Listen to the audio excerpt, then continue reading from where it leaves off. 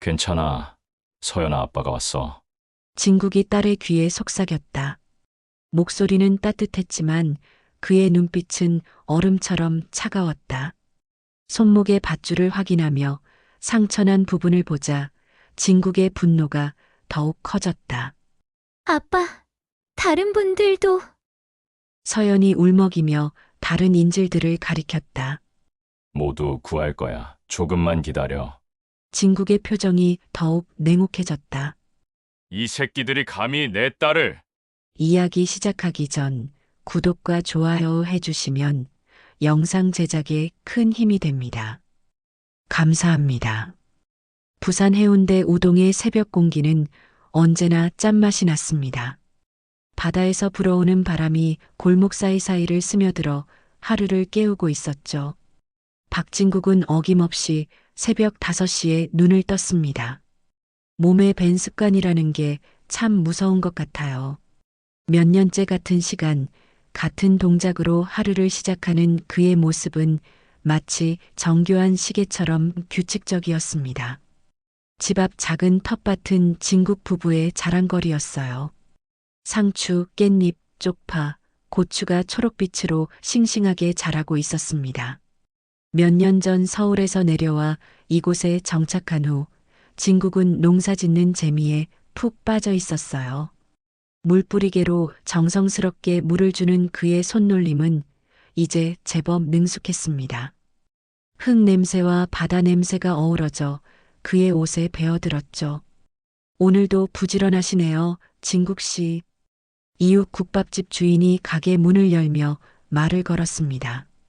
아침마다 반복되는 인사였지만 진국은 늘 정중하게 고개를 숙였어요. 예, 그럽시다. 오늘 상추 좀 따서 갖다 드릴게요.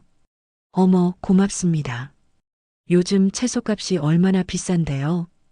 이런 평범한 일상이 진국에게는 소중했습니다.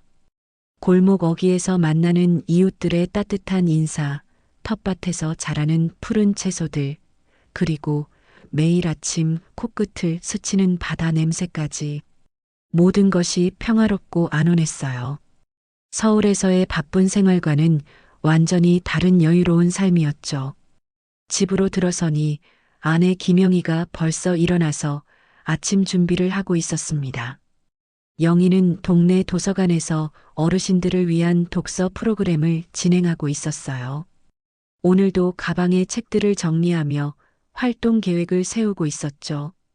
벌써 몇 년째 이어오고 있는 봉사활동이었습니다. 여보, 오늘 아침 뉴스 좀 봐요. 영희가 텔레비전을 켜며 말했습니다. 아침 뉴스가 시작되고 있었어요. 진국은 커피를 마시며 화면을 바라봤습니다. 최근 들어 해외에서 한국인 실종 사건이 급증하고 있어 외교부가 각별한 주의를 당부했습니다. 특히 독일, 프랑스 등 유럽 지역에서의 실종 신고가 지난달 대비 30% 늘어났으며 대부분 20대 젊은 여성들인 것으로 나타났습니다. 뉴스 앵커의 차분한 목소리가 거실에 울려 퍼졌습니다. 진국이 커피잔을 든 손이 잠시 멈춰 섰어요. 화면에서는 공항 출입국 현황과 함께 실종자들의 사진이 지나가고 있었습니다. 대부분 서연이와 비슷한 나이의 젊은이들이었죠. 전문가들은 인신매매 조직의 연관성도 배제할 수 없다고 보고 있으며 특히 혼자 여행하는 젊은 여성들의 경우 각별한 주의가 필요하다고 강조했습니다. 외교부는 해외여행 시 신변 안전에 각별히 유의할 것을 당부했습니다. 진국의 표정이 순간 굳어졌습니다. 여보, 영희가 남편을 부르자 진국은 화면에서 시선을 돌렸습니다. 아, 요즘 세상이 참 무섭네요. 그러게요. 우리 서연이도 독일에 있는데 걱정돼요. 영희의 말에 진국이 천천히 고개를 끄덕였습니다. 아침을 먹으며 부부는 하루 계획을 나눴습니다. 진국은 밭일을 하고 오후에는 동네 어르신들과 바둑을 두기로 했어요. 영희는 도서관 프로그램 진행 후 장보기를 할 예정이었죠. 오늘 고추 좀 따서 김치 담글까 해요. 좋지. 우리 고추가 정말 잘 자랐거든. 평범한 대화였지만 진국의 머릿속에는 아직 뉴스 내용이 맴돌고 있었습니다. 특히 인신매매 조직이라는 단어가 자꾸 귓가에 울렸어요. 오전에는 텃밭에서 시간을 보냈습니다. 잡초를 뽑고 물을 주며 마음을 진정시키려 했지만 자꾸만 딸 생각이 났어요. 서연이 혼자 낯선 나라에서 지내고 있다는 사실이 새삼 걱정스러워졌습니다. 토마토를 따면서도 고추에 물을 주면서도 마음이 편치 않았어요. 점심을 먹은 후 동네 정자에서 어르신들과 바둑을 두었습니다. 평소 같으면 재미있게 두었을 텐데 오늘은 자꾸 집중이 안 됐어요. 진국이 오늘 뭔가 딴 생각하는 것 같은데? 아, 죄송합니다. 집중하겠습니다. 어르신의 말에 진국이 머리를 숙였습니다. 하지만 여전히 마음이 무거웠어요. 혹시 무슨 걱정 있나? 아니에요. 그냥 딸 생각이 나서요. 아, 독일에 있는 딸 말이지? 젊을 때는 어디든 가보는 게 좋아. 어르신의 따뜻한 말에 진국이 억지로 미소를 지었습니다. 저녁 무렵 영희가 도서관에서 돌아왔습니다. 오늘은 유난히 일찍 온 것 같았어요. 여보, 서연이한테 전화해봐요. 갑자기 걱정돼서. 영희도 아침 뉴스 때문에 하루 종일 마음이 편치 않았나 봅니다. 그래, 전화해보자. 진국이 동의하며 휴대폰을 꺼냈습니다. 시차를 계산해보니 독일은 한낮이었어요. 전화를 걸자 곧 서연의 밝은 목소리가 들렸습니다. 아빠, 갑자기 전화 주시네요? 응, 그냥 목소리 듣고 싶어서. 잘 지내고 있지? 네, 잘 지내고 있어요. 오늘도 함부르크 항만에서 자원봉사했는데 정말 보람 있었어요. 서연의 목소리에는 활기가 넘쳤습니다. 새로운 환경에서도 적극적으로 활동하는 딸이 자랑스러우면서도 한편으로는 걱정됐어요. 새로운 친구들도 많이 만났고요. 독일 사람들이 생각보다 정말 친절해요. 오늘은 항만에서 일하는 아저씨들이 커피도 사주셨어요. 그래, 그런데 서연아. 진국이 잠시 망설이다가 말했습니다. 요즘 해외에서 우리나라 사람들 실종되는 일이 많다고 하니까 조심해야 해. 특히 밤늦게 혼자 다니지 말고.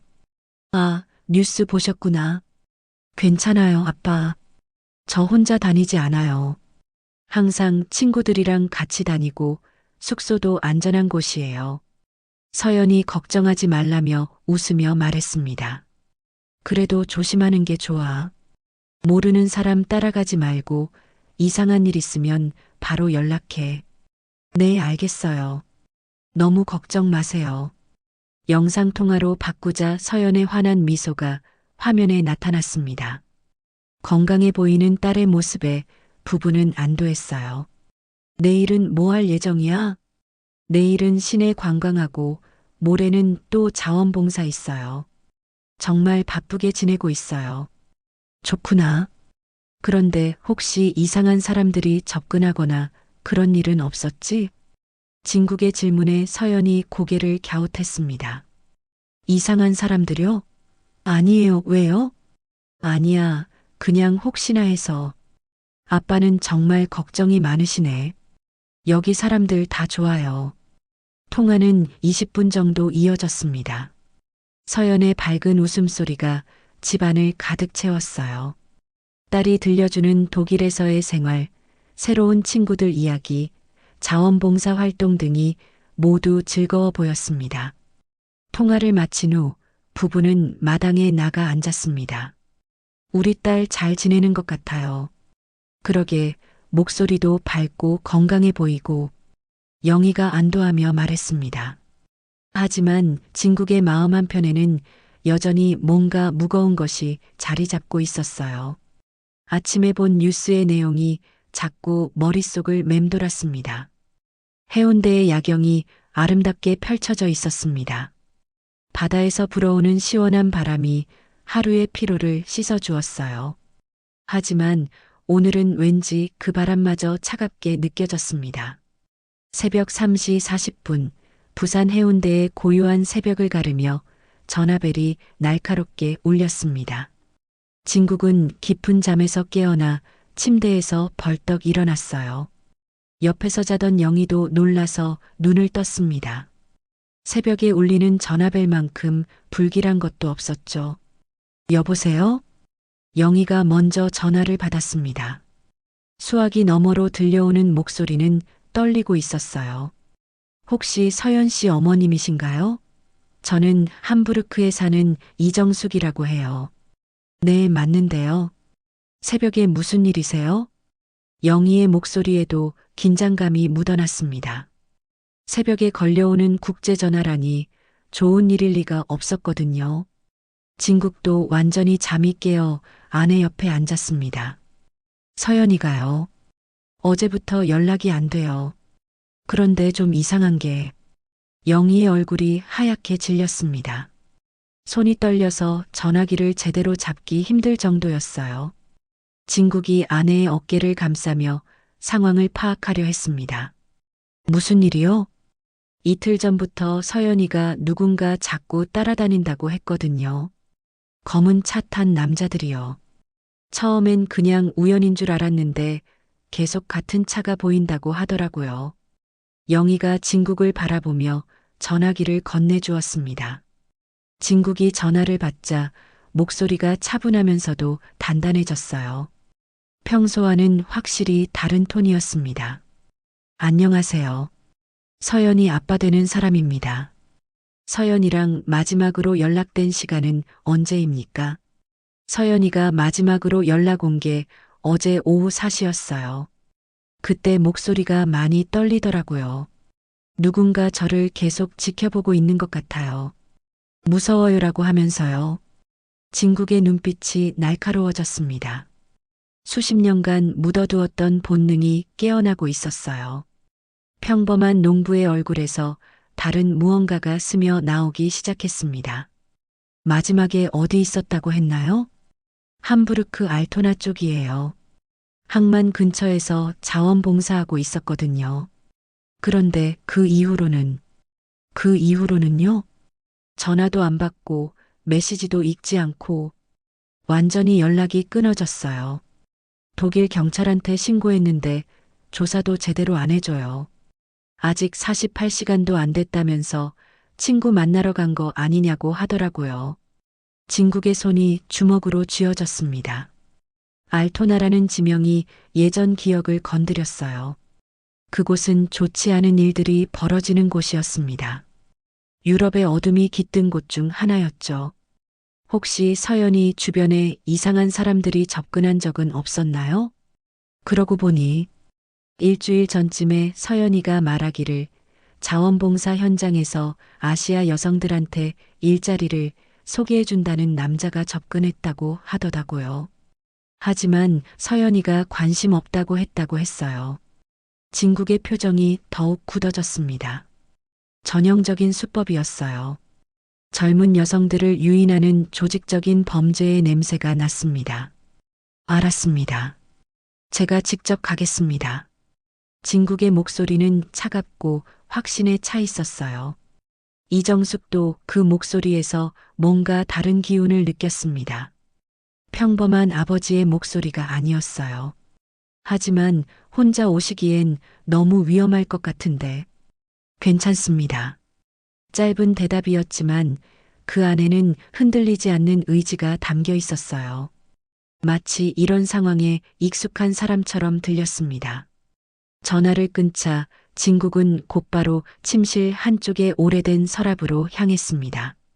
몇 년 동안 열어보지 않았던 서랍이었어요. 서랍을 열자 먼지 냄새와 함께 과거의 흔적들이 드러났습니다.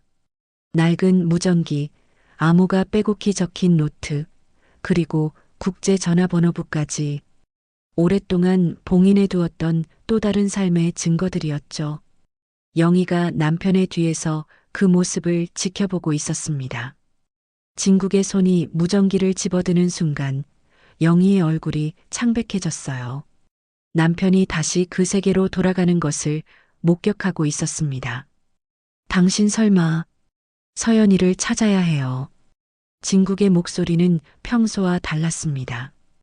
온화한 농부의 목소리가 아니라 차갑고 단단한 무언가가 깔려 있었어요. 마치 잠들어 있던 또 다른 인격이 깨어나는 것 같았습니다. 영희가 남편의 손을 두 손으로 꽉 잡으며 말했습니다. 조심해요. 저도 여기서 할 수 있는 건 다 해볼게요. 진국이 아내의 손을 감싸며 고개를 끄덕였습니다. 둘 다 말은 하지 않았지만 서로의 마음을 알고 있었어요. 영희도 외교관 출신이라 이런 상황의 심각성을 누구보다 잘 알고 있었습니다. 진국이 전화번호부를 뒤적이며 독일 번호를 찾았습니다. 그리고 떨리지 않는 손으로 번호를 눌렀어요. 오랫동안 연락하지 않았던 번호였지만 여전히 기억하고 있었습니다. 한참을 기다린 후 낮고 굵은 목소리가 들렸습니다. 이재수입니다. 재수 형, 저 진국이에요. 진국? 박진국? 이게 몇 년 만이야.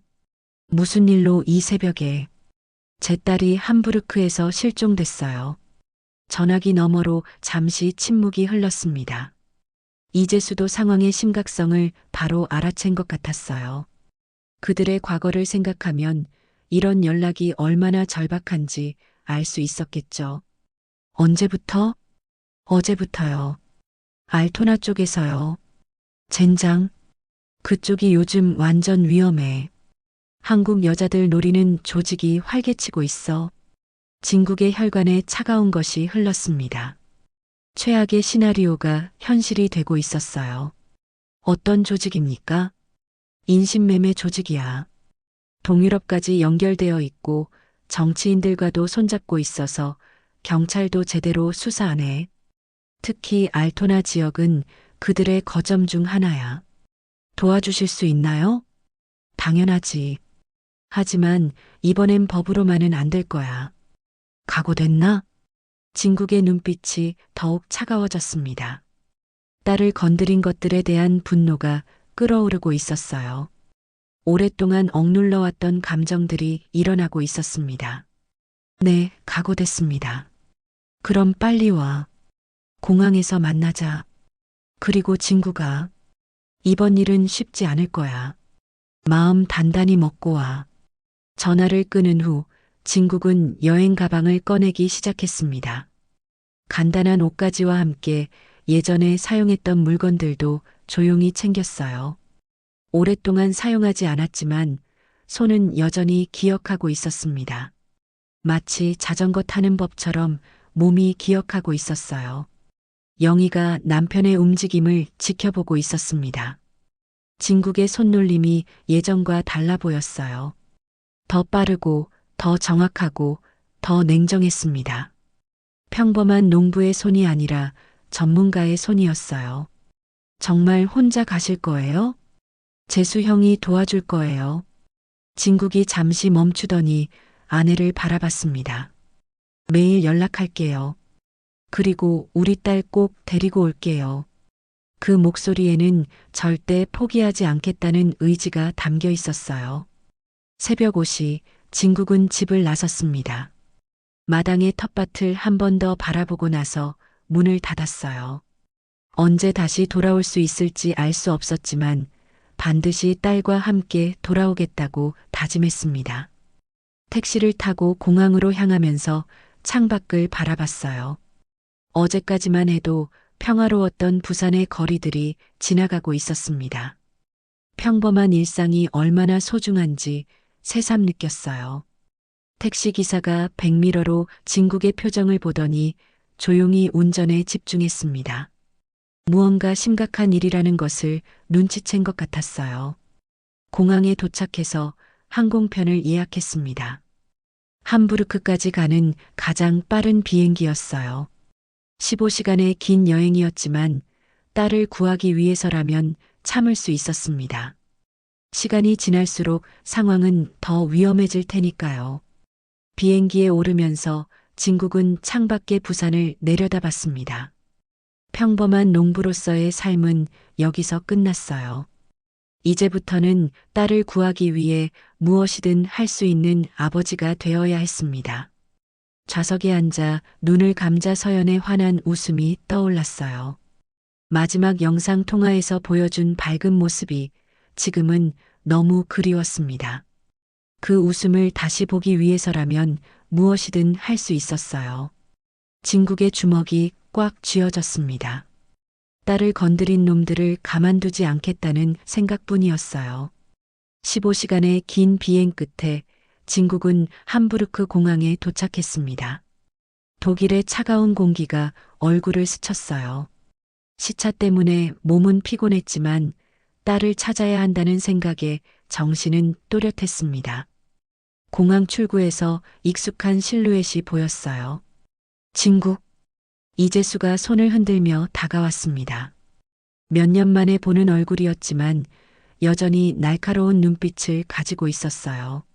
진국은 그와 악수를 나누면서 자연스럽게 주변을 살폈습니다. 출구 위치, 감시 카메라, 사람들의 동선까지 순간적으로 파악하는 모습이었어요. 고맙습니다, 형. 차에서 얘기하자. 상황이 복잡해. 검은색 세단의 타자 이재수가 USB를 건네줬습니다. 진국은 차량 내부를 빠르게 점검했어요. 방탄 유리, 강화 차체, 숨겨진 통신 장비들이 눈에 들어왔습니다. 역시 이재수다운 준비였죠. 진국이 작은 미소를 지으며 고개를 끄덕였습니다. 내가 올 줄 알고 준비했지. 상황부터 설명할게. 이재수가 운전하면서 말했습니다. 조직의 우두머리가 알렉스 한이라는 놈이야. 독일계 한국인인데 함부르크를 거점으로 동유럽까지 네트워크를 운영하고 있어. 진국이 창밖을 보면서 차분하게 말했습니다. 이 경로가 가장 안전한 루트네요. 다른 길은 체크포인트가 더 많을 거고요. 이재수가 놀란 표정으로 진국을 바라봤습니다. 오랜만에 봐도 여전하구나. 차가 알토나 지역으로 들어서자 진국의 시선이 더욱 예리해졌습니다. 건물 구조, 골목길 배치, 도주로까지 모든 것을 분석하고 있었어요. 지형이 복잡하군요. 숨기엔 좋지만 빠져나가기는 까다로워 보입니다. 그래서 저놈들이 이 지역을 선택한 거야. 호텔에 도착해서 이재수가 지도를 펼쳤습니다. 진국은 지도를 보자마자 즉시 분석을 시작했어요. 이 세 지점 중에서는 여기가 가장 유력해 보이네요. 진국이 항만 근처를 가리켰습니다. 폐창고 지역이고 도주로가 3개, 그리고 컨테이너 야적장과 인접해서 이송에도 유리하고요. 정확해. 내 정보원도 그쪽에서 수상한 움직임을 포착했다고 했어. 확인해보죠. 저녁 7시 목표 지점 근처에 도착한 진국은 즉시 관찰 모드로 전환됐습니다. 바람 방향 양호, 시야 확보도 충분합니다. 망원경을 들고 창고를 살펴보기 시작했어요. 경비 4명, 2인 1조로 순찰하고 있어요. 30분 간격으로 교대하는군요. 진국의 시선이 창고 주변을 경계하고 있는 사람들에게 머물렀습니다. 저기 감시하는 경비들, 무장하고 있네요. 이재수도 망원경으로 확인하며 표정이 굳어졌습니다. 무장 상태를 보면 일반 조직원은 아닐 거야. 그때 창고에서 남자가 나와 전화를 걸었습니다. 알렉스, 준비 다 됐어. 오늘 밤 10시에 이송하면 돼. 진국의 표정이 차가워졌습니다. 10시 이송. 시간이 촉박하네요. 어떻게 접근할 거야? 진국이 창고 구조를 다시 분석했습니다.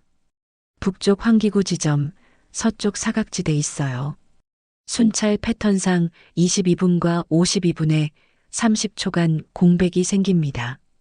바로 그때 갑자기 경비원 한 명이 그들이 숨어 있는 방향으로 걸어오기 시작했습니다. 쉿, 조용히. 진국의 목소리가 낮고 차가웠습니다. 경비원이 점점 가까워오고 있었어요. 20m, 15m, 10m. 경비원이 그들이 숨은 컨테이너 바로 옆을 지나갔습니다. 진국은 완전히 정지한 채로 있었어요. 몇 초간의 긴장된 순간이 지나고 나서야 경비원이 다른 쪽으로 향했습니다. 진국이 창고의 작은 틈으로 내부를 들여다봤습니다. 희미한 조명 속에서 여러 명의 여성들이 결박된 채 있는 것이 보였어요.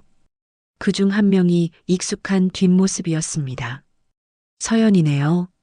진국의 목소리가 한순간 떨렸지만 곧바로 차가운 냉정함으로 바뀌었습니다. 딸을 본 순간부터 그의 눈빛이 완전히 달라졌어요. 그때 갑자기 창고 안에서 비명소리가 들려왔습니다. 싫어요. 제발. 서연의 목소리였습니다. 진국의 온몸이 얼어붙었어요. 하지만 분노로 폭발하는 대신 더욱 차갑게 가라앉았습니다. 이재수가 진국의 변화를 감지했습니다. 진국아, 들어가야겠습니다. 잘못했다간 둘 다 죽어. 진국이 잠시 눈을 감았다가 뜨며 말했습니다. 더 이상 기다릴 수 없습니다. 그의 목소리에는 더 이상 감정이 없었습니다. 차가운 결정만이 남아 있었어요. 그때 창고에서 또 다른 남자가 나와 전화를 걸었습니다. 알렉스? 그 계집애가 말을 안 들어서 좀 혼내주고 있어. 걱정 마, 상품에 흠집 내지는 않을 거야. 남자가 비웃으며 말하는 소리가 들렸습니다. 진국의 주먹이 한순간 떨렸지만 곧바로 차가운 분석 모드로 전환됐어요. 진국이 다시 창고 안을 관찰했습니다. 이번에는 감정이 완전히 배제된 순수하게 전술적인 분석이었어요. 인질 6명, 내부 경비 2명 추가 확인. 무기는 권총 최소 4정. 서연은 가장 안쪽에 있습니다. 바로 그때 고급 벤츠가 도착했습니다. 정장을 입은 남자가 내렸어요. 알렉스 한이네요.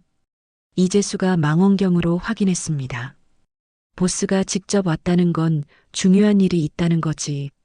알렉스 한이 창고로 들어가자 안에서 대화가 들려왔습니다. 준비는 다 됐나? 네, 보스. 6명 모두 준비 완료입니다. 10시 정각에 출발한다. 진국이 시계를 확인했습니다. 9시 45분이었어요. 15분 후에 이송이 시작되네요. 그럼 진국이 일어서며 차갑게 말했습니다. 시작하죠. 그의 움직임이 완전히 달라져 있었어요. 몇 년간 잠들어 있던 또 다른 인격이 깨어나면서 평범한 농부는 사라지고 있었습니다. 현역 시절 동료들 사이에서 어둠의 사냥꾼이라 불리던 그 사람이 돌아온 것이었어요. 두 사람이 조용히 창고 쪽으로 접근하기 시작했습니다. 어둠 속에서 진국의 모습은 마치 그림자처럼 자연스러웠어요. 이재수는 옆에서 그 변화를 지켜보며 옛 동료가 완전히 돌아왔다는 것을 느꼈습니다. 평범한 농부 박진국이 아닌 전설적인 특수요원 어둠의 사냥꾼이 다시 나타난 순간이었죠. 두 사람은 어둠을 이용해 창고 외벽에 도달했습니다. 진국의 움직임은 완전히 달라져 있었어요. 발소리 하나 내지 않으면서 그림자처럼 이동하는 모습은 마치 공기와 하나가 된 것 같았습니다. 이재수조차 옆에서 감탄할 정도였죠. 몇 년간 잠들어 있던 본능이 서서히 깨어나고 있었어요. 북쪽 환기구까지 20m. 진국이 손신호로 지시했습니다. 두 사람은 벽을 따라 조용히 이동했어요. 순찰 패턴상 22분에 생기는 30초 공백까지 이제 3분 남았습니다. 하지만 계획은 곧 틀어질 예정이었어요. 그때 갑자기 창고 안에서 큰 소리가 들려왔습니다. 아니에요. 제발 그만해요. 서연의 절규였습니다. 딸의 목소리가 고통으로 일그러져 있었어요. 진국의 발걸음이 한순간 멈췄습니다. 온몸의 근육이 경직되고 주먹이 떨렸지만 곧바로 차가운 표정으로 되돌아왔어요. 감정을 억누르고 냉정함을 되찾는 것이 딸을 구하는 유일한 방법이었거든요. 형, 더 못 기다려요. 진국의 목소리가 낮고 단단했습니다. 너무 위험해. 아직 순찰이. 지금 들어가야 해요. 진국의 목소리에는 더 이상 망설임이 없었습니다. 이재수는 동료의 눈빛을 보고 더 이상 말리지 않았어요. 그 눈에서 과거의 어둠의 사냥꾼이 완전히 되살아나고 있다는 것을 느꼈거든요. 진국은 환기구 쪽으로 신속하게 이동했습니다. 몇 년간 잠들어 있던 본능이 완전히 깨어나면서 모든 움직임이 정확하고 효율적이었어요. 마치 시간이 멈춘 것처럼 조용하고 빠르게 움직였습니다. 환기구 앞에 도달한 진국은 작은 도구를 꺼내 볼트를 제거하기 시작했습니다. 손끝에서 전해지는 진동까지 계산하며 소음을 최소화했어요. 이재수가 주변을 경계하며 속삭였습니다. 2분 후에 순찰 온다. 충분합니다. 진국이 환기구를 열고 내부로 들어갔습니다. 좁은 통로였지만 그에게는 익숙한 공간이었어요. 몇 년 전까지만 해도 이런 침투는 일상이었거든요. 몇 미터 전진한 후 아래쪽으로 내려다볼 수 있는 틈을 발견했습니다. 창고 내부가 한눈에 들어왔습니다. 6명의 여성들이 의자에 결박된 채 앉아 있었어요. 모두 공포에 떨고 있었고 일부는 이미 의식을 잃은 상태였습니다. 그중 가장 안쪽에 서연이 있었어요. 딸의 얼굴에는 눈물 자국이 선명했고 입가에는 상처까지 있었습니다. 옷도 찢어져 있어서 얼마나 저항했는지 알 수 있었어요. 진국의 혈관에 차가운 분노가 흘렀지만 감정을 억누르고 상황을 분석했습니다. 감정적으로 행동하면 모든 인질이 위험해질 수 있었거든요. 경비원 2명은 출입구 근처에서 담배를 피우고 있었고 알렉스아는 테이블에서 무언가를 정리하고 있었어요. 테이블 위에는 여권들과 서류들이 널려 있었습니다. 10분 후 출발 준비한다. 차량 2대에 나눠서 실어. 알렉스안이 부하들에게 지시했습니다. 목소리에는 냉혹함이 묻어 있었어요. 네, 보스. 1차로 3명, 2차로 3명 이송하겠습니다. 실수하면 다 죽는다는 거 알지? 네, 보스. 진국이 무전기를 꺼내 이재수에게 속삭였습니다. 현재 위치에서 내부 상황 파악 완료. 10분 후 이송 시작 예정. 알았어. 나는 외부 경계를 맡을게. 혹시 상황이 틀어지면 바로 후퇴하세요. 너나 조심해 임마 살아서 보자. 진국이 환기구를 통해 창고 내부로 들어갈 준비를 했습니다. 아래로 내려가는 순간이 가장 위험했어요. 발견되면 모든 것이 끝나니까요. 하지만 더 이상 기다릴 수 없었습니다. 하지만 그때 예상치 못한 일이 벌어졌습니다. 보스, 밖에서 이상한 소음이 들린다고 합니다. 경비원 1명이 알렉스안에게 보고했어요. 진국이 속으로 욕설을 뱉었습니다. 가서 확인해봐. 네, 보스. 계획이 꼬이고 있었어요. 하지만 멈출 수는 없었습니다. 진국은 더욱 조심스럽게 움직여야 했어요. 그는 환기구에서 밧줄을 이용해 아래로 내려갔습니다. 창고 한쪽 모서리의 어둠 속으로 착지했어요. 발소리 하나 내지 않았습니다. 다행히 아무도 눈치채지 못했어요. 진국이 조심스럽게 서연에게 다가갔습니다. 어둠 속에서 몸을 낮추며 천천히 움직였어요. 상자들 사이사이로 몸을 숨기면서 접근했습니다. 바로 그때 서연이 고개를 돌려 아버지를 봤습니다. 눈이 크게 놀라면서 입을 벌리려는 순간 진국이 손가락을 입에 대며 조용히 하라는 신호를 보냈어요. 서연이 눈물을 글썽이며 고개를 끄덕였습니다. 아버지가 와줬다는 안도감에 온몸이 떨리고 있었어요. 하지만 동시에 아버지가 위험에 빠질까봐 걱정도 됐습니다. 진국이 서연의 뒤로 돌아가 결박을 확인했습니다. 밧줄이 너무 꽉 조여져 있어서 손목에 상처까지 나 있었어요. 진국의 분노가 더욱 커졌지만 표정은 더욱 차가워질 뿐이었습니다. 괜찮아, 서연아. 아빠가 왔어. 진국이 딸의 귀에 속삭였습니다. 목소리는 따뜻했지만 눈빛은 얼음처럼 차가웠어요. 아빠, 다른 분들도. 서연이 울먹이며 다른 인질들을 가리켰습니다. 진국이 다시 조용히 하라고 신호했어요. 모두 구할 거야. 조금만 기다려.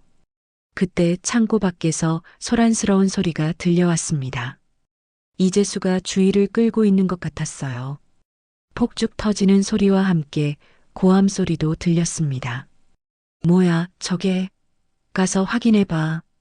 알렉스 한이 짜증을 내며 경비원 한 명을 밖으로 보냈습니다.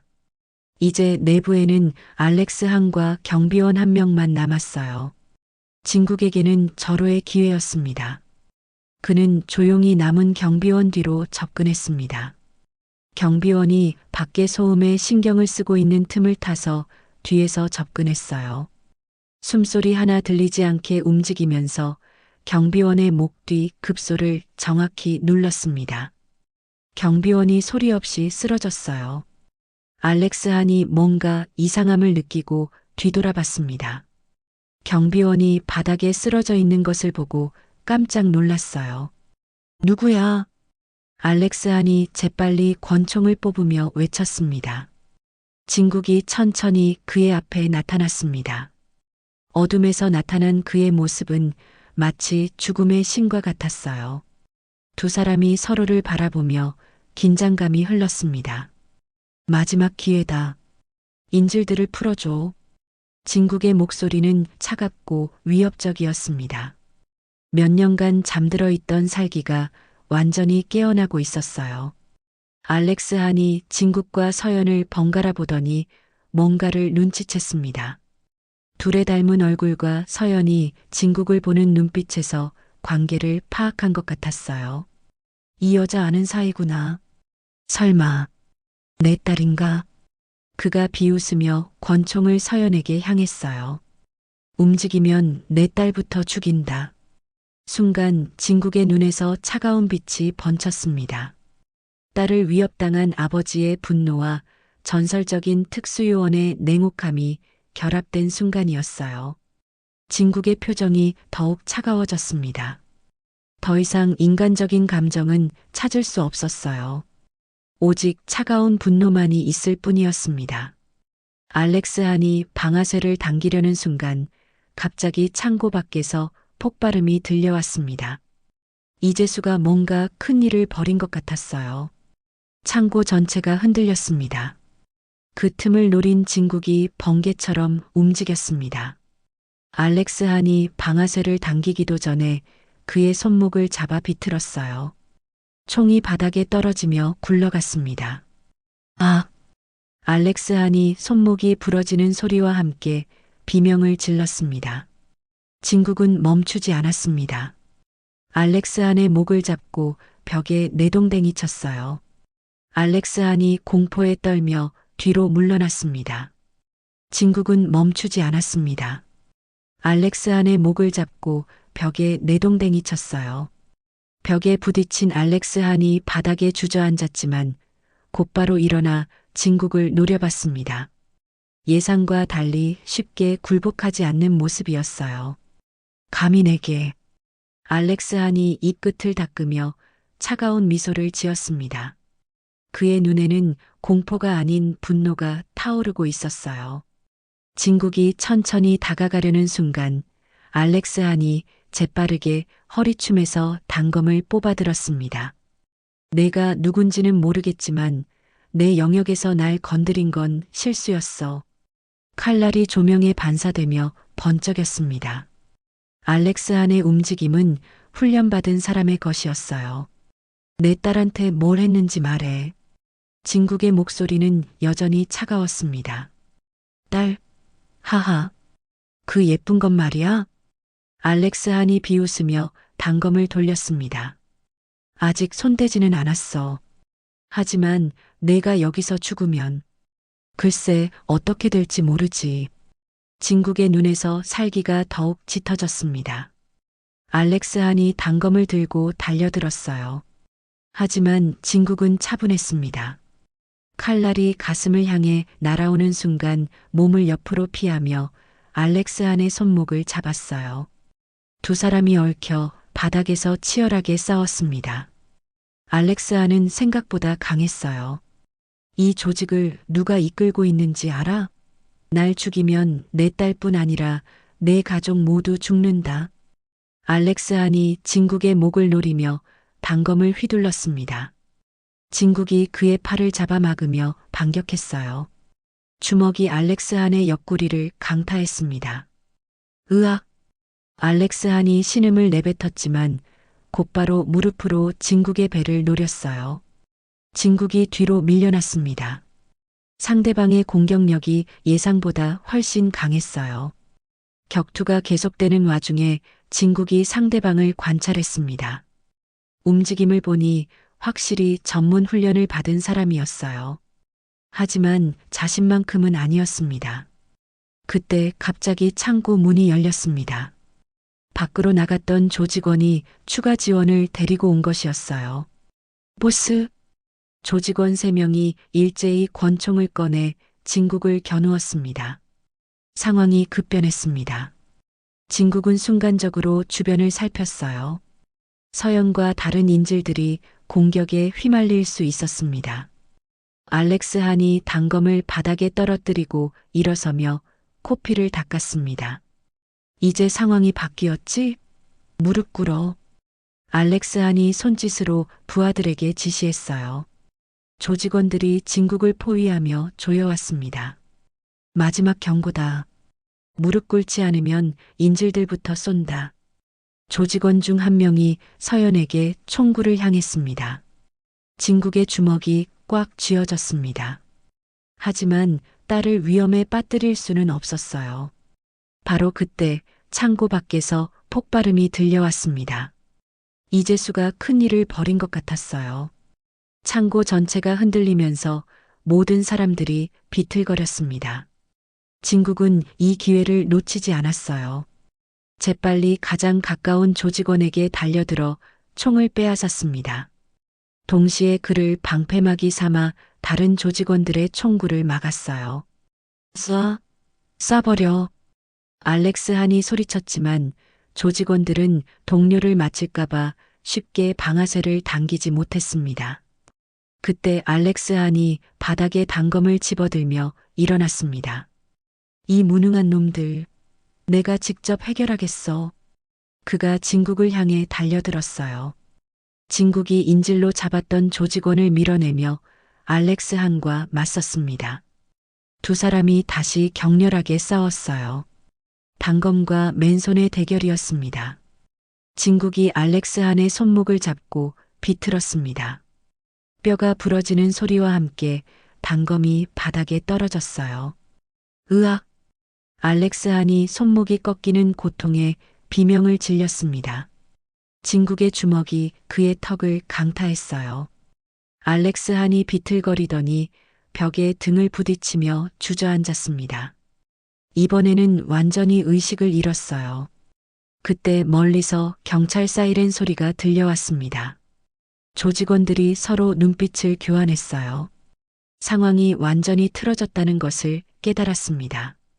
보스, 경찰이 오고 있습니다. 조직원 중 한 명이 의식을 잃은 알렉스한을 흔들었으나 일어날 기미가 보이지 않았습니다. 어버. 조직원들이 알렉스한을 부축해서 끌고 후문으로 향했어요. 진국이 한 걸음 앞으로 나아갔지만 6명의 인질들을 보호하면서 동시에 추격하기에는 무리였습니다. 우선순위는 명확했어요. 조직원들이 의식 잃은 알렉스한을 끌고 후문으로 사라졌습니다. 진국이 서연에게 다가가 결박을 풀기 시작했습니다. 괜찮아, 서연아. 아빠가 왔어. 아빠, 서연이 아버지 품에 안기며 울었습니다. 며칠간 쌓인 공포와 절망이 한꺼번에 쏟아져 나왔어요. 진국이 딸을 달래며 다른 인질들도 하나씩 결박을 풀어주기 시작했습니다. 모두 젊은 여성들이었고 대부분 의식이 흐릿한 상태였어요. 여러분, 이제 안전해요. 곧 나갈 수 있어요. 진국이 인질들을 진정시키며 말했습니다. 진국아, 안에서 폭발음 들렸는데 괜찮아? 이재수의 목소리가 무전기를 통해 들려왔습니다. 괜찮습니다. 상황 정리됐어요. 진국이 무전기에 대답하며 주변을 살폈습니다. 창고 안은 이제 조용해졌지만 여전히 긴장감이 남아 있었어요. 진국이 테이블 위에 서류들과 USB를 가방에 담았습니다. 이 모든 증거들이 필요할 거라고 생각했어요. 조직의 실체를 파악하는데 중요한 단서가 될 수 있었거든요. 여러분, 저를 따라오세요. 조용히 움직여야 해요. 인질들이 비틀거리며 일어났습니다. 며칠간의 감금으로 몸이 약해져 있었지만 자유에 대한 희망이 그들을 지탱해 주었어요. 진국이 선두에 서서 후문 쪽으로 향했습니다. 서연이 다른 인질들을 도와주며 뒤따랐어요. 아버지의 모습을 보며 안도감을 느끼고 있었습니다. 창고 밖으로 나오자 이재수가 기다리고 있었습니다. 그의 옆에는 큰 벤이 준비되어 있었어요. 모두 차에 타세요. 이재수가 인질들을 도와 차에 태웠습니다. 그의 움직임은 신속하면서도 세심했어요. 차가 출발했습니다. 경찰 사이렌 소리가 점점 가까워지고 있었어요. 경찰이 오고 있네요. 이재수가 말했습니다. 네, 이제 정말 끝났습니다. 진국이 대답했습니다. 차 안에서 서연이 아버지 어깨에 기대며 말했습니다. 아빠, 정말 고마워요. 아빠가 아니었다면 괜찮아. 이제 모든 게 끝났어. 하지만 진국은 마음 한편으로 알고 있었습니다. 알렉스 한이 도망쳤다는 것은 이것이 완전한 끝이 아닐 수도 있다는 뜻이었어요. 조직의 뿌리는 더 깊을 수 있었습니다. 함부르크 시내의 한 모텔에서 진국은 USB를 노트북에 꽂았습니다. 인질들은 모두 병원으로 이송됐고 서연은 이재수가 안전한 곳에 데려다 준 상태였어요. 진국이 깊게 숨을 들이쉬었습니다. 이제야 긴장이 풀리는 것 같았어요. 딸을 구했다는 안도감과 함께 며칠간 쌓인 피로가 몰려왔습니다. 하지만 쉴 수는 없었어요.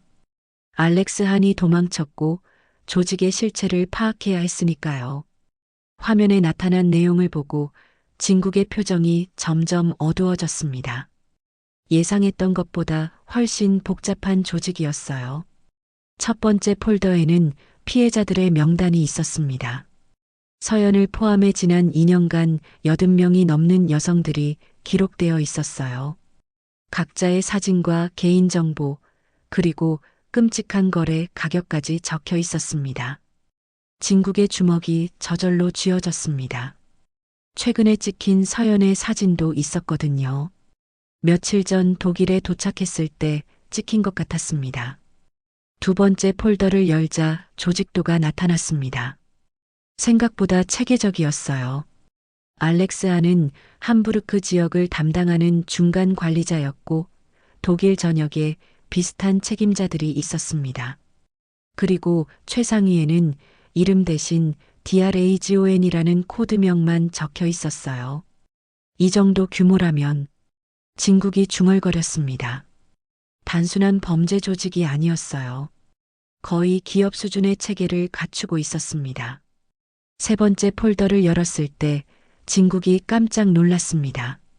경찰관, 판사, 검사들의 명단이 있었거든요. 매월 얼마씩 돈을 받는지까지 세세하게 기록되어 있었습니다. 알렉스 한이 말한 게 사실이었구나.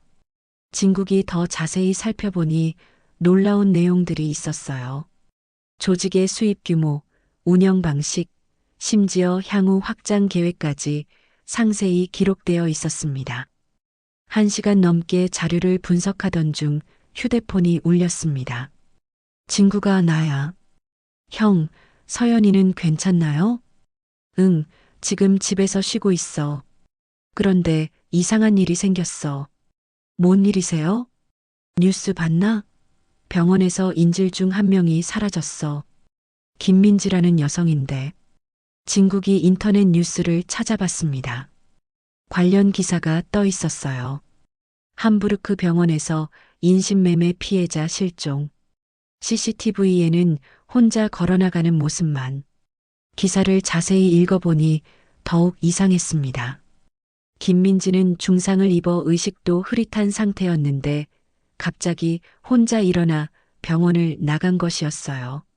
CCTV 영상을 보니 그녀의 모습이 평소와 달랐습니다. 얼굴은 창백했고 눈에는 극도의 공포가 가득했어요. 뭔가에 쫓기듯 서둘러 걸어나가는 모습이었습니다. 조직에서 데려간 것 같습니다. 나도 그렇게 생각해. 증인 제거 작업 시작한 것 같은데 USB에서 뭔가 나왔어? 진국이 조직도를 설명해 주자 이재수의 목소리가 심각해졌습니다. 그 정도 규모면 우리가 만만하게 본 게 아니었네. 네. 그리고 더 문제가 있습니다. 진국이 비상 프로토콜이라는 파일을 발견해서 내용을 확인했습니다.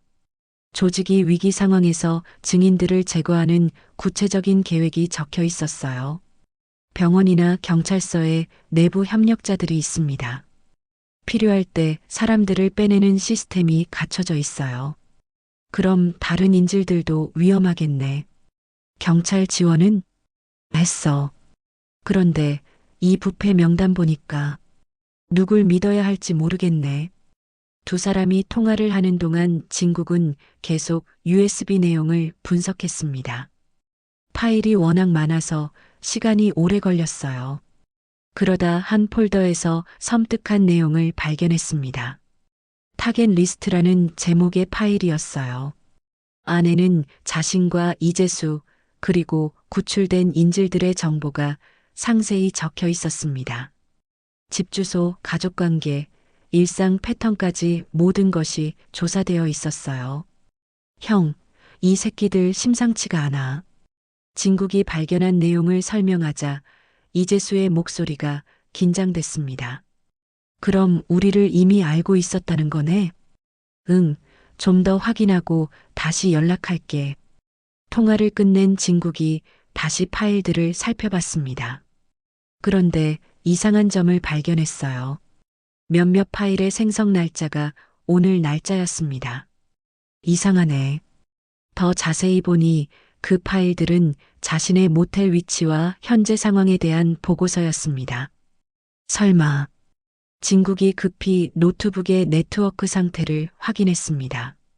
그런데 자신도 모르게 인터넷에 연결되어 있었어요. 그때 갑자기 노트북 화면이 깜빡거리기 시작했습니다.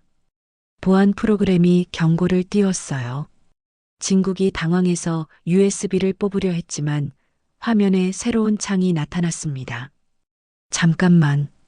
검은 화면에 흰 글씨로 메시지가 떴습니다. 재밌게 보셨나요? 진국의 등에 차가운 땀이 흘렸습니다. 누구지? USB 안에 작은 선물을 숨겨뒀거든요. 진국이 재빨리 프로그램을 강제 종료하려 했지만 마우스와 키보드가 먹히지 않았습니다. 그렇게 서두르지 마세요. 할 얘기가 있으니까. 간단합니다.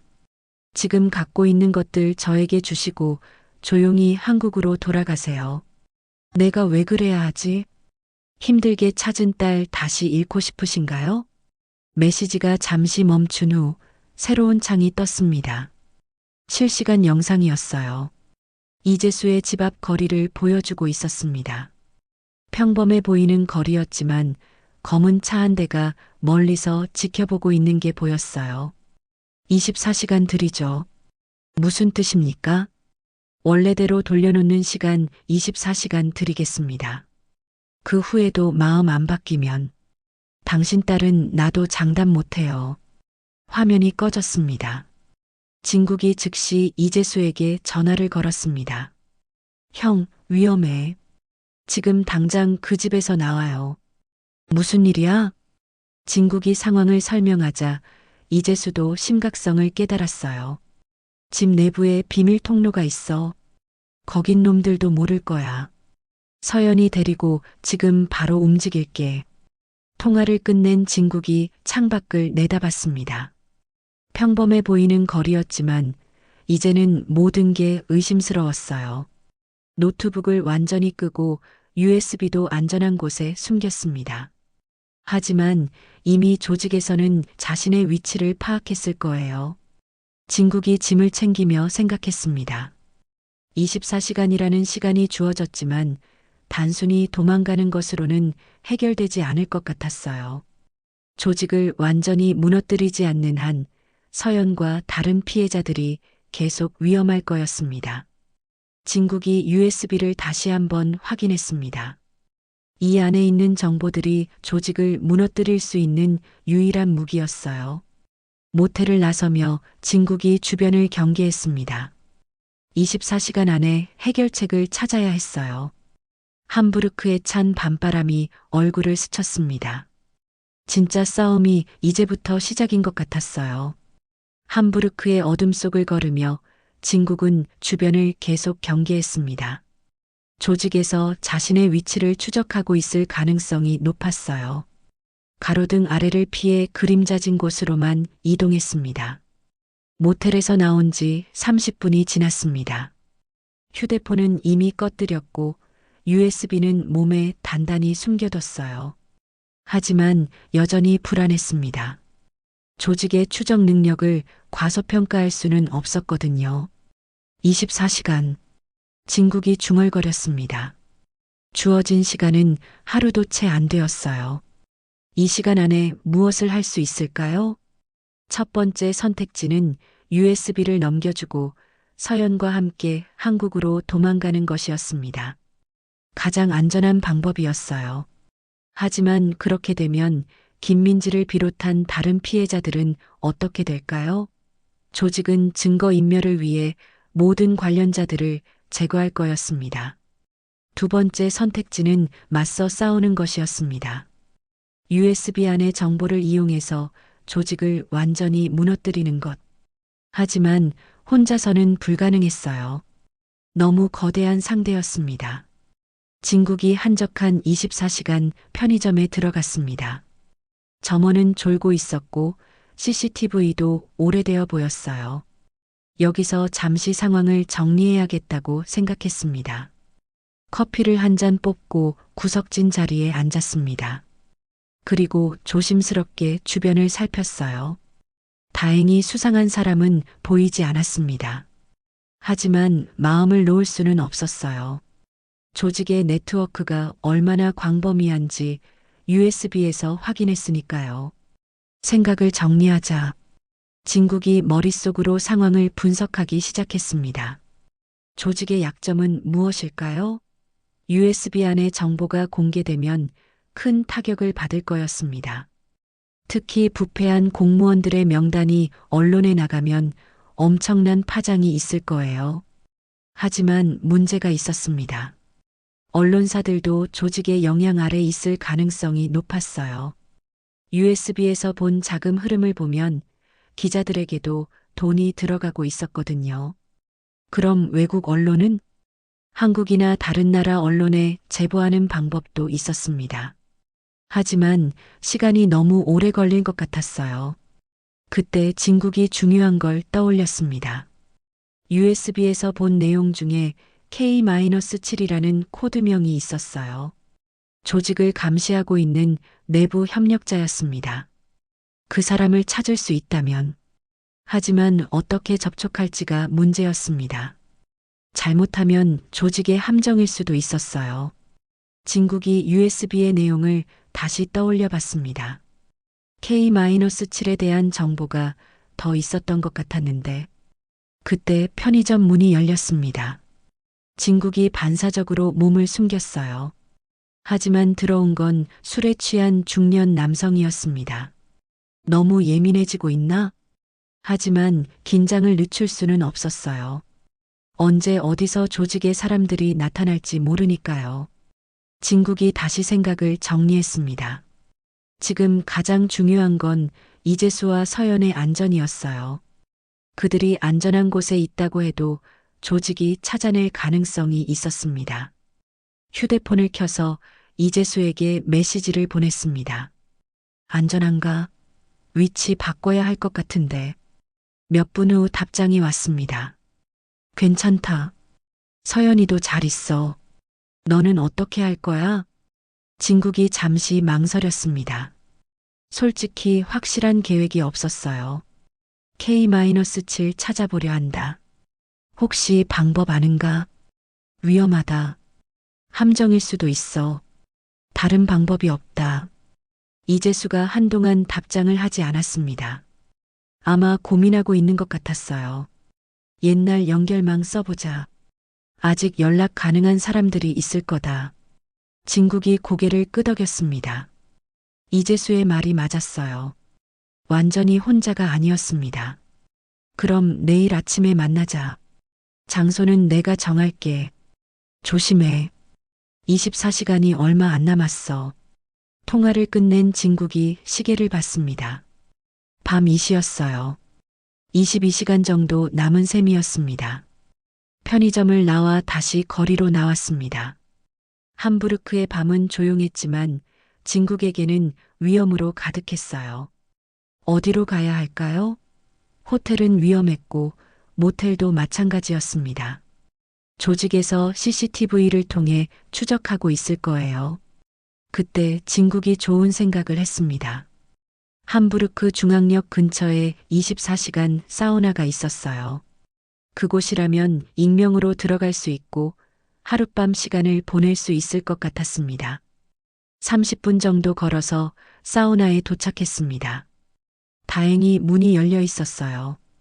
현금으로 입장료를 내고 안으로 들어갔습니다. 사우나 안에는 몇 명의 사람들이 있었지만 모두 자신만의 시간을 보내고 있었어요. 진국이 조용한 구석진 곳에 자리를 잡았습니다. 여기서라면 몇 시간 동안은 안전할 것 같았어요. 그리고 내일을 위한 계획을 세울 수 있을 거였습니다. 진국이 USB를 만지며 생각했습니다. 이 작은 저장 장치 안에 수십 명의 생명이 달려 있었어요. 서연뿐만 아니라 다른 모든 피해자들의 운명이요. 포기할 수 없다. 24시간이라는 제한이 있었지만 진국은 끝까지 싸우기로 결심했습니다. 딸을 구한 것만으로는 충분하지 않았어요. 이 더러운 조직을 완전히 뿌리 뽑아야 했습니다. 새벽 5시가 되자 진국이 사우나를 나왔습니다. 함부르크의 아침이 밝아오고 있었어요. 평범한 사람들이 출근 준비를 하는 소리가 들렸습니다. 하지만 진국에게는 전혀 평범하지 않은 하루의 시작이었습니다. 오늘 하루가 모든 것을 결정할 거였어요. 이재수에게 메시지를 보냈습니다. 준비됐다. 만나자. 답장이 곧 왔습니다. 옛날 그 카페에서 8시에. 진국이 미소를 지었습니다. 이재수가 말하는 옛날 그 카페가 어디인지 알고 있었어요. 20년 전에 함께 작전을 벌였던 곳 근처의 작은 카페였습니다. 시간은 17시간 남았습니다. 이제 진짜 반격이 시작될 때였어요. 오전 8시 함부르크 구시가지의 작은 카페. 진국이 구석진 자리에서 커피를 마시며 기다리고 있었습니다. 손가락으로는 무의식 중에 테이블을 두드리고 있었어요. 24시간 중 16시간이 남은 상황이었습니다. 하지만 이재수가 나타나지 않았어요. 약속 시간이 10분이나 지났는데도 연락이 없었습니다. 진국이 불안해지기 시작했습니다. 이재수는 시간을 정확하게 지키는 사람이었거든요. 핸드폰으로 전화를 걸어봤지만 받지 않았어요. 메시지도 보내봤지만 답장이 오지 않았습니다. 뭔가 잘못됐어. 진국이 카페를 나와 이재수의 집으로 향했습니다. 30분 정도 걸리는 거리였어요. 집에 도착해서 문을 두드렸지만 아무도 나오지 않았습니다. 문은 잠겨 있었고 창문도 모두 닫혀 있었어요. 비밀 통로로 들어가 봐야겠다. 진국이 집 뒤편으로 돌아가 이재수가 말했던 비밀 통로를 찾았습니다. 지하실로 연결되는 숨겨진 문이었어요. 조심스럽게 안으로 들어가니 집 안은 조용했습니다. 너무 조용했어요. 거실로 올라가 보니 탁자 위에 편지가 하나 놓여 있었습니다. 박진국에게. 진국이 편지를 열어봤습니다. 딸과 친구를 다시 보고 싶다면 USB를 가지고 오세요. 함부르크 항구 18번 창고. 오후 1시. 편지 뒤편에는 사진이 붙어 있었어요. 이재수와 서연이 의자에 묶여 있는 모습이었습니다. 이 새끼들이. 진국의 온몸에 분노가 치솟았습니다. 딸뿐만 아니라 자신을 도와주던 이재수까지 위험에 빠뜨린 것이었어요. 핸드폰이 울렸습니다. 편지 받으셨나요? 알렉스 한의 목소리였습니다. 어떻게 찾은 거야? 생각보다 쉬웠어요. 이재수라는 친구, 옛날 실력은 대단했겠지만 지금은 좀 둔해졌네요. 다치게 하면 가만두지 않을 거야. 그건 박진국 씨 손에 달렸죠. USB만 가져오시면 둘 다 안전하게 돌려드릴게요. 믿을 수 있을까? 다른 선택이 있나요? 전화가 끊어졌습니다. 진국이 시계를 봤습니다. 오후 1시까지 4시간이 남았어요. 하지만 혼자 가면 모두 위험해질 것 같았습니다. 누구에게 도움을 요청하지? 하지만 이재수가 말했던 대로 경찰 중에도 조직과 내통하는 사람들이 있었어요. 잘못하면 상황이 더 나빠질 수 있었습니다. 결국 혼자 해야 했습니다. 오후 12시 30분 함부르크 항구 18번 창고 근처. 진국이 조심스럽게 접근했습니다. 창고는 다른 건물들과 떨어져 있었고 주변에는 사람의 인기척이 없었어요. 완전히 고립된 장소였습니다. 함정인 건 분명하지만 다른 선택이 없었어요. 창고 정문으로 들어가자 넓은 공간이 나타났습니다. 한가운데에 이재수와 서연이 의자에 묶여 있었어요. 아빠. 서연이 진국을 보고 소리쳤습니다. 괜찮아? 네, 괜찮아요. 이재수도 고개를 끄덕였습니다. 다행히 둘 다 다치지 않은 것 같았어요. 시간을 잘 지키시네요. 어둠 속에서 알렉스 한이 나타났습니다. 이번에는 부하가 8명이나 함께였어요. 사람이 많네. 중요한 거래니까요. USB 여기 있어. 진국이 USB를 들어 보였습니다. 던져주세요. 사람부터 풀어줘. 확인하고 나서요. 진국이 USB를 바닥에 굴렸습니다. 알렉스 한이 그것을 주워서 노트북에 꽂았어요. 몇 분 후 확인을 마친 알렉스 한이 만족스러워했습니다. 완벽하네요. 이제 약속 지켜. 물론이죠. 하지만 알렉스 한은 움직이지 않았어요. 계획이 좀 바뀌었어요. 뭐 하자는 거야? USB를 받는 것만으로는 부족해요. 너무 많은 걸 아시잖아요. 알렉스 한이 신호를 보내자 부하들이 무기를 꺼냈습니다. 역시 믿을 수 없는 놈들이었어. 비즈니스예요. 개인적인 감정은 없어요. 그때 갑자기 창고 한쪽에서 폭발음이 들렸습니다. 연기탄이 터지면서 시야가 흐려졌어요. 뭐야? 혼란 속에서 진국이 움직였습니다. 연기를 이용해서 이재수와 서연에게 다가갔어요. 재수 형? 여기. 이재수가 이미 결박을 풀고 있었습니다. 아까 묶인 척만 한 것 같았어요. 어떻게? 새삼스럽긴.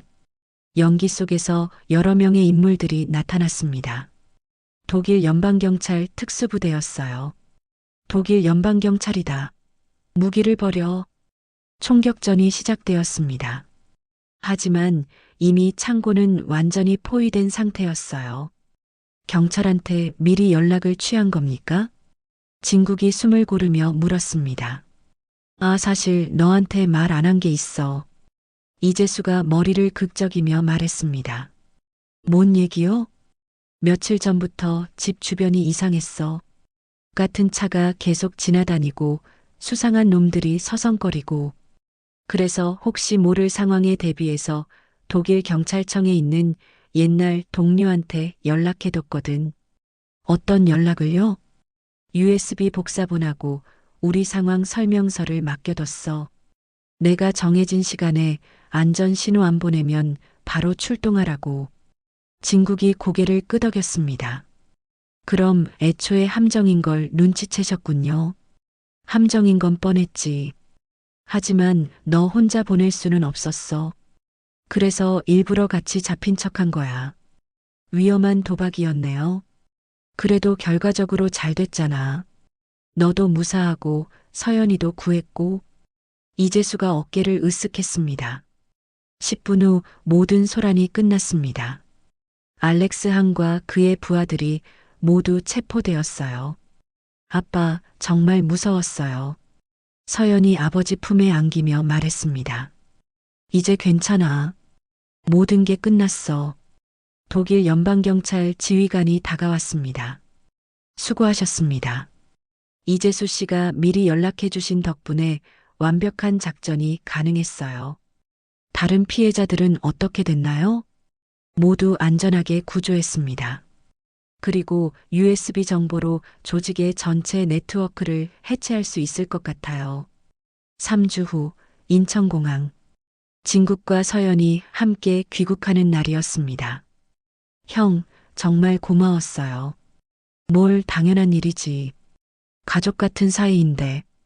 그래도 다음엔 좋은 일로 보자. 건강하세요. 너희도.